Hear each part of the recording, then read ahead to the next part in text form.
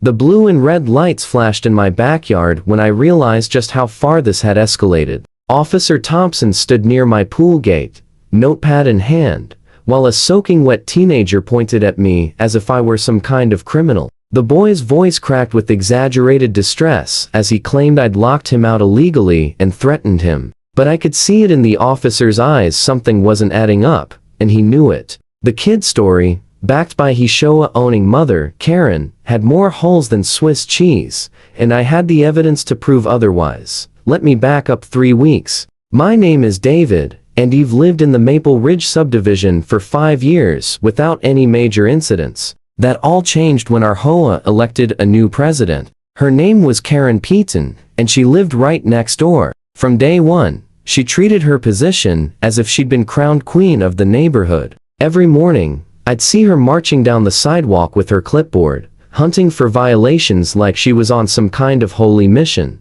My backyard pool had always been my sanctuary. After long days at the accounting firm, I'd come home, take a swim, and unwind. The previous neighbors had been respectful of boundaries, but Karen seemed to believe that being Thea president granted her special privileges. It started with casual comments about how beautiful my pool area looked and how the whole neighborhood should be able to enjoy such amenities. Then came the day found my pool gate wide open. At first, I thought I might have forgotten to latch it properly, but when I checked my security cameras, there they were, Karen's son, Tyler, and 3 of his friends, helping themselves to my pool as if it were the community center. They'd been there for over 2 hours, leaving wet towels on my deck furniture and empty soda cans scattered around. I walked next door and knocked politely. Karen answered with her usual fake smile that never quite reached her eyes. I explained what I'd discovered, showing her screenshots from my security footage on my phone.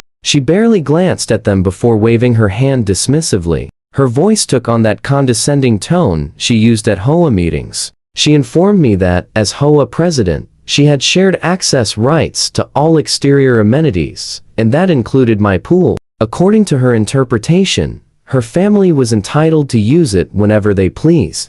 I stood there stunned. The woman actually believed that being Thea president gave her the right to trespass on private property. I tried explaining that my pool was on my property, not a shared HOA amenity, but she just smiled that infuriating smile and suggested I review the bylaws more carefully. Then she closed the door in my face. That night, I did exactly what she suggested. I read through every page of our HOA bylaws, and nowhere did it grant the president or anyone else access to private property. In fact, Article 7 specifically stated that all pools, patios, and other backyard improvements remained the sole property of the homeowner. I highlighted the relevant sections and made copies. The next morning, I had a keypad lock installed on my pool gate. The locksmith assured me it was top of the line, and I set a code that only I would know. I also put up a new sign that read, "A private property, no trespassing. Violators will be prosecuted."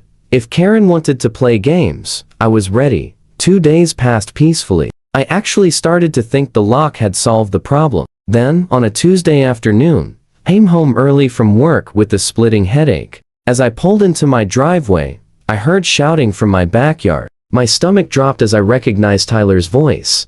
I rushed through my house and out the back door to find Tyler straddling my fence, one leg over, trying to climb down into my yard. His face was red with frustration and anger. When he saw me, he didn't even have the decency to look embarrassed. Instead, he started yelling that I had no right to lock him out, and that his mom said he was allowed to swim whenever he wanted. I told him calmly but firmly to get off my fence immediately and leave my property. The kid actually dared to argue with me, claiming I was discriminating against him and violating HOA rules. I pulled out my phone and told him I was calling the police if he didn't leave in the next 10 seconds. Tyler scrambled back over the fence, but not before shouting that I'd regret this. He stormed off, and I thought that was the end of it.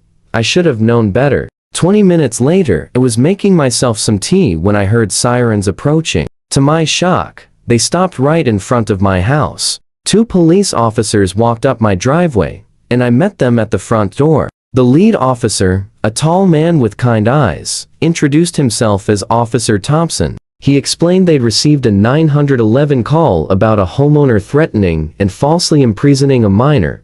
My jaw dropped. That little brat had actually called the police on me. I invited the officers inside and explained the situation from the beginning. I showed them the security footage from the previous trespassing incident, the new footage of Tyler trying to climb my fence, and the highlighted sections of the HOA bylaws. Officer Thompson reviewed everything carefully while his partner, Officer Rodriguez, took notes. Just as I finished explaining, we heard a commotion outside. Karen had arrived, and she was in full performance mode. She burst through my still open front door without invitation, demanding to know why her precious son was being traumatized. Her voice reached that special pitch that could shatter glass as she accused me of child endangerment and threatened to sue. Officer Thompson held up his hand to stop her tirade. His voice was calm but firm as he explained what they had discovered. Not only was Tyler trespassing on private property, but he had also made a false 911 call. The officer's words hit Karen like a bucket of cold water. Her face went from red to white in seconds. Tyler was called over from where he had been waiting on the sidewalk. Officer Rodriguez explained to him the seriousness of making false emergency calls and trespassing. The boy's bravado crumbled as he realized he might actually face consequences. He stammered out excuses, but the evidence was overwhelming. Officer Thompson turned to me and asked if I wanted to press charges. I could see Karen's eyes widen in panic. For a moment, I considered it. Then I looked at Tyler, who suddenly seemed very young and very scared. I told the officers I would be satisfied with a formal warning, but any future incidents would result in immediate legal action. The officers documented everything and gave Tyler an official warning. They made it crystal clear that if he set foot on my property again without permission, he would be arrested. Karen tried to argue, but Officer Thompson shut her down quickly. He reminded her that HOA positions did not grant special privileges to violate property laws. As the police prepared to leave, Officer Thompson pulled me aside. He complimented me on having such thorough documentation and security measures. He also mentioned that false 911 calls were a serious offense that could result in fines up to $5,000 and even jail time. The comment was loud enough for Karen and Tyler to hear. 3 weeks later, I found an envelope in my mailbox. Inside was a letter from Tyler, clearly written under duress, but attempting to apologize. The handwriting was neat and careful, like someone was watching over his shoulder as he wrote. He admitted he was wrong to trespass and promised it would never happen again. Karen, however, wasn't done. She filed a formal complaint with the HOA board, claiming I was creating a hostile environment and demanding that they force me to provide pool access to board members. She even suggested the HOA should fine me for installing a lock without approval.